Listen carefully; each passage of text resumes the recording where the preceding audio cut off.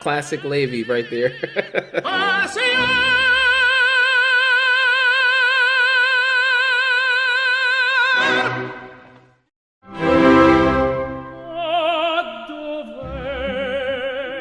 You know, I've always had a high voice, and even when I used to sing in my family with my sisters, they had high voices too. And sometimes before puberty hit, I could sing higher than some of my sisters. And at the time that my voice dropped a little bit, it didn't drop that much. I always had the access to sing high notes. And I remember when I began to study voice, that my teachers said that, you know, you have a naturally high voice that a lot of people would kill for. When you hear this, you think, wow, I guess I'm a lucky person. But also working with my teachers, learning how to access them so they can sound natural and not sound like I'm forcing them out, or that I'm not sounding like a cat that is caught in the doorway or something. You know, I had some teachers that gave me the tools to be able to sing them in a way that, again, has freedom in it, and so it sounds hopefully pleasant. And so that's what I think about when I think about high notes. Sure, that the freedom of it is something that is quite impressive to the audience. When you have tenors or any high voice, or any voice actually, doing a high note and looking like they just woke up like this, it's always very impressive for the audience. My teacher, she told me, it's really good when you can make something that sounds, something that is difficult sounds easy. But sometimes you also have to make it sound a little bit difficult. It can't sound too easy. So there's a nice balance between the two. As you'll probably hear this a lot from bel canto tenors, we kind of like it. We do.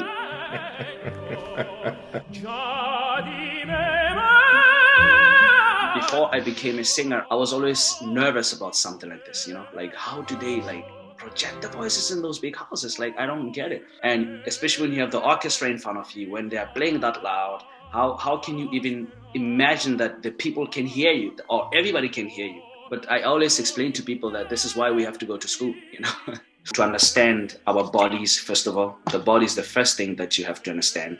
The body is the biggest support of making projection in the sound.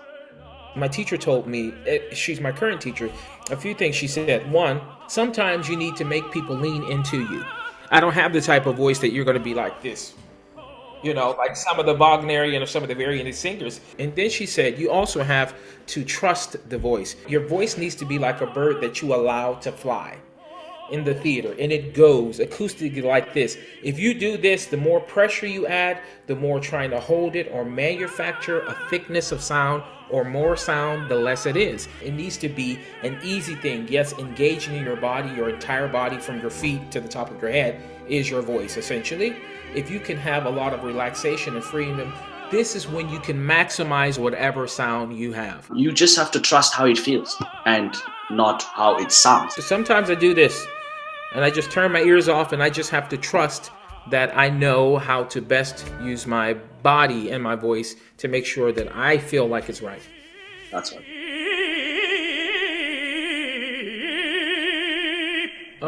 You know, sometimes I follow the model of people that my voice is similar to.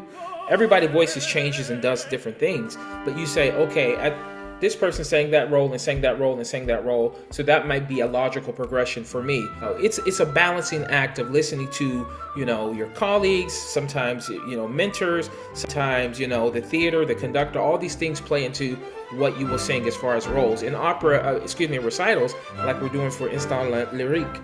It's just, you know, just kind of listening to every situation and figuring out what's the best group of things you can put together that satisfies what you want to do and what they want to hear. With opera, of course, you've got to be very careful, like you just explained, with the voice type that you have, that you don't push it. The past 2 years, I've been refusing a lot of these big parts.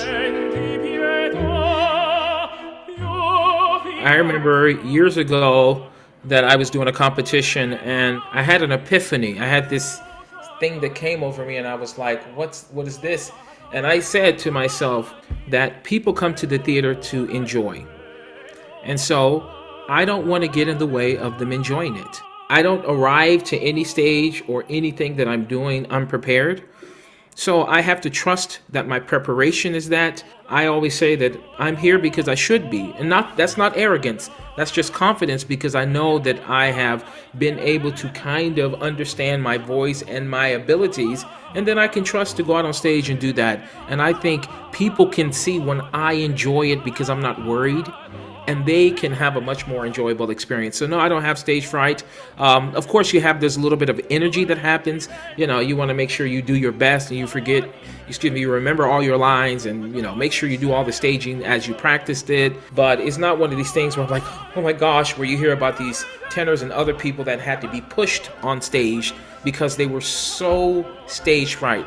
It would be hard for me to criticize any of these people because they have different lives and different experiences and different things. You know, one of my friends, she was singing something at the Met, and she had never dealt with stage fright before.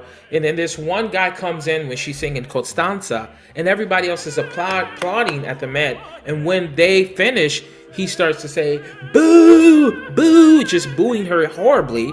And after that, she had terrible things with stage fright because, you know, that was a traumatic experience. And so, of course, if I had dealt with that, you know, how would I approach it? You know, would I be fearful? You know, would it mess with my head? When I was a student, I used to have stage fright. And I'll be like, oh my God, what's going on? What's going on? The high note is not going to, I don't know these words. But as Larry said, you've got to be sure of yourself. You don't want the people that are there to doubt you or to have this uneasiness. One of the things that helped me in this too is I realized that I didn't have to be perfect. The best part, you know, last night after I had a show, and we were at a restaurant in Zurich here, and there was 3 or 4 ladies that came to our table that had been to the show, and they said to us, you know what, I just want to thank all of you because for 3 hours you made us forget about all the crap that's going on in the world. That for me is the best thing. The bravos and the accolades are nice, but I don't live for those. I really don't. You know, even when I take my bow on stage, I don't stay a long time. You know, I've always thought that there should be a great deal of humility in what you're doing. When you have messages from people like this that you really touch them in a special way, that is the best part of doing what I do. The worst part, obviously, is being away from my family. I have a wife and 2 kids. You know, the nature of this business makes us have to be gone, and I don't love that part. If you have a wife and kids, it's really hard. But I am also, I'm South African, so it takes almost 14 hours to go there to see them.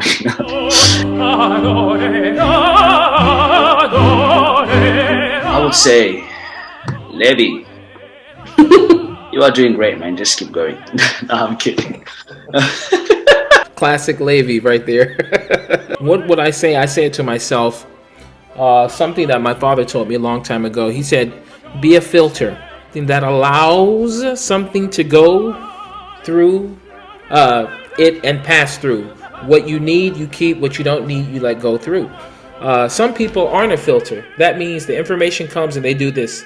They don't listen, they don't hear, they don't learn, they're not receptive, they're not responsive. I don't want to be that way. But to try to put myself in that position to be a learner, to be someone who studies, never be to the point where I feel like I have it all or I know it all. Because there's a saying that the more you know, the more you realize how much you don't know. That's the thing that I would tell to my younger self and younger singers. When I was younger, I was a soccer player. I was not in music at all. I played professionally until I was 15. That was my, you know, I was going to try to get to the top. So this is the thing people don't know about me. I love to dance salsa. Salsa dancing. I used to be a salsa DJ.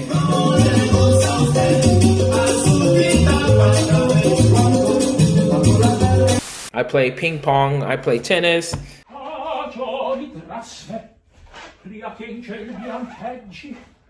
I am a huge fan of photography. I like to take my cameras. I'm actually headed to the theater to do a photo shoot with one of my colleagues, and so I did one yesterday, and so it's one of my hobbies.